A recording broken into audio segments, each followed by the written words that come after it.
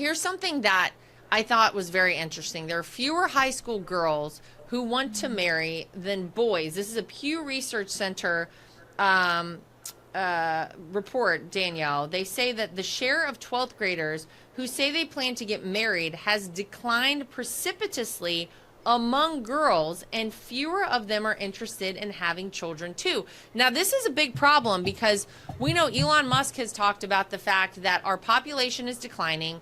We have to keep up with it. Eric always gets on me about the fact that we only have 2 kids, not 3. He's like, we only accounted for ourselves. We didn't have another one to add to the population. He's still on this train. But it is very interesting to think about the girls and how this has impacted them. This is not good news. When broken down by gender, more boys, 74% of them, than girls, 61% of them, said that they are likely to get married. So 74% of boys want to get married. Only 61% of girls want to. And if you compare that to numbers 20 years ago, 30 years ago, 83% of 12th grade girls said that they would like to get married someday. So that decline is from 83% to 61%. This is scary stuff. And Danielle, I wonder if this is as a result of so much being pushed out there towards these young girls saying, you know what, marriage and children are just going to get in your way. If you believe you're a strong woman, you go after that career. Don't get bogged down in the marriage and the kids and the whole thing. That is a really sad statistic, because what happens oftentimes is that you see these women who wait until they're like 40, and then they scramble around. They're like, oh my God, is it too late? Now I want to have kids. Now I realize why I should have done this. I don't know. We've been teaching these kids the wrong thing. That's a scary study. Yeah, it's truly horrifying because honestly, I feel like the old stereotype was like, oh, the woman wants to have kids. The guy's like, hold on, Yeah. let's like focus on work a little bit first and then I'll like be stable and we'll have kids or something. But that is completely reversed. I mean, men have largely stayed the same. If you look at that study you mentioned, I think there was like a 2% difference with men from then to now. So the men, they're basically both times like, yeah, we want to have kids. They're, I think, in the majority. But then the women, it's dropped like at least over 20 percentage points down. And so now today it's the woman who's like putting the brakes on, who's like, nope, don't want to have kids yet. Maybe don't ever want to have kids. Maybe don't even want to get married to you.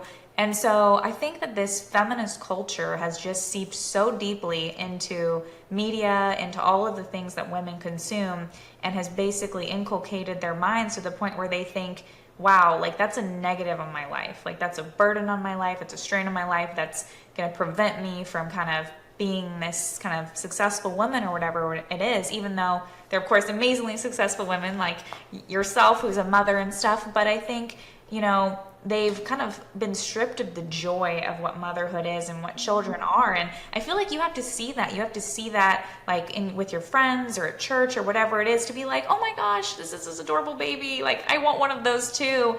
And see that there's just so much beauty that comes from motherhood too, and not just all the negative, all the downside stuff that the feminists and the left talk about. Because yeah, it is hard raising kids and it is a sacrifice to raise kids, but there's also like this beauty that comes from motherhood and this joy from family life. And so I feel like men know that, hey, like this is why I work. This is why I work hard and I want to sacrifice for my family. It's because I have a wife and kids, not just to go buy stuff. But then for women, they're kind of losing the beauty of the motherhood side. And so I really feel like we need to champion motherhood more and talk more about marriage and important things like that, because otherwise the women, they're just going to put the brakes on it, and the men are going to be like, wait a second, I do want kids, and women are just going to be like, no.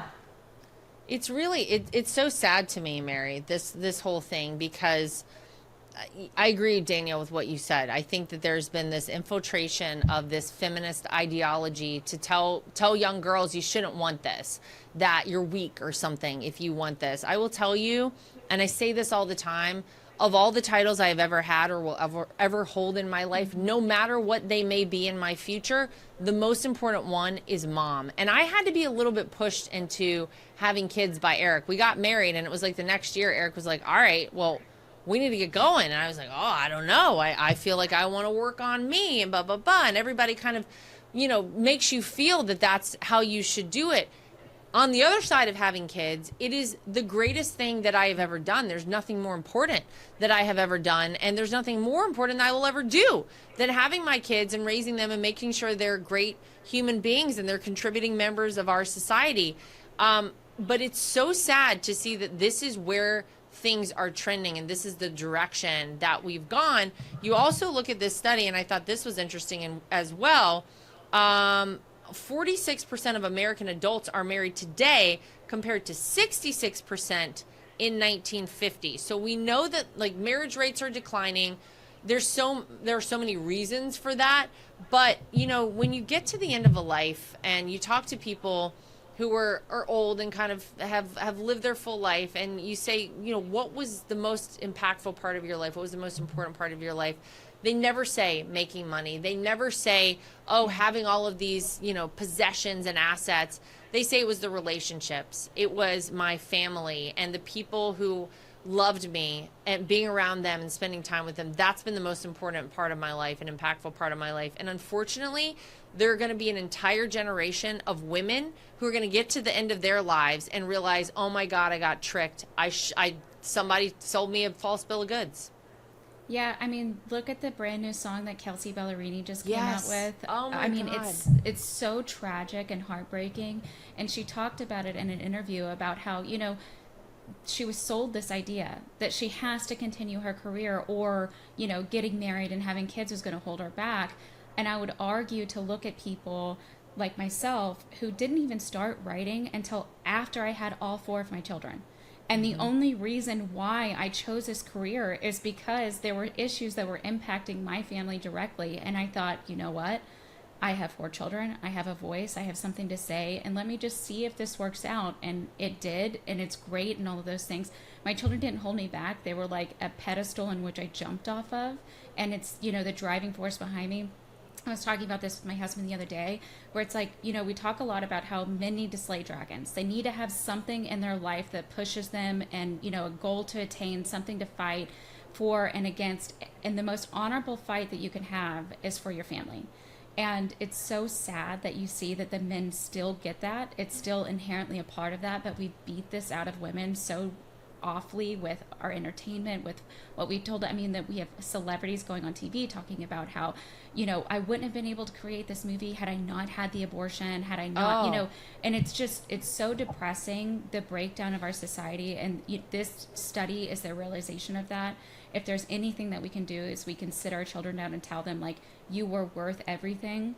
All of the sleepless nights, all of that stuff, you're worth it all, because yes, I did have to endure the toddler years. Yes, I did have to potty train all of you. Yes, we did have to go through these sleepless nights. And yes, you did take all of my makeup and write on the wall with it. Yes, all of those things did happen.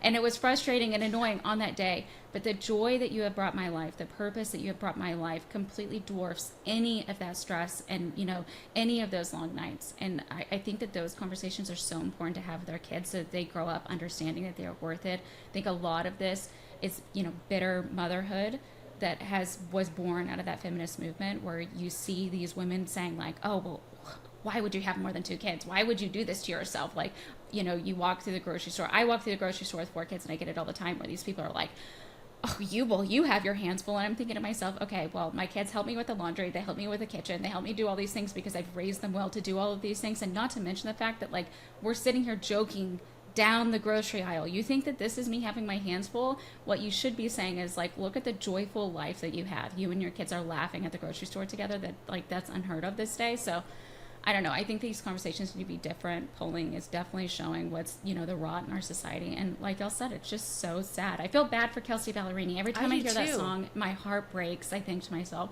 you've been lied to, and there's millions of American women. It makes me emotional because I know very many women like her that are looking back now and say, man, I wish I would have gotten married when you did. I wish I would have had children when you did. And, you know, unfortunately, sometimes it's a little bit too late. I know. Yeah. And I think we need to keep having these conversations and keep putting that messaging out for young women. And I know that that was a big push of Charlie Kirk's. I know Erica is picking up that mantle and running with it, and trying to get the message out to young Americans, because listen, you will never regret having a child, and this is, I sound like my husband trying to convince me, but you'll never regret it. You're convincing yourself right now. You will never regret it. It's the greatest thing. I use the same tactic on him with dogs. I'm like, you'll never regret, honey, if we get another dog. We have 3 dogs, so I don't know what that says about me. But it's a great thing, and I think we have to keep reaching out there to the young women and telling them it is not one or the other. You can do both. There are great examples of women everywhere who are able to be moms and are able to have a great career. And I would say having kids makes me better at everything that I do. I asked Caroline Levitt about this when I recently was interviewing her at the White House about being a mom in the role she's in. And she said, it makes me better at my job to be a mom. And so I hope young women out there hear that. And I hope we see this trend go back the other way, because it's so, so important. And I never want anybody to feel like that Kelsey Ballerini song. It's horrific. For full shows, live and on demand, it's Salem News Channel.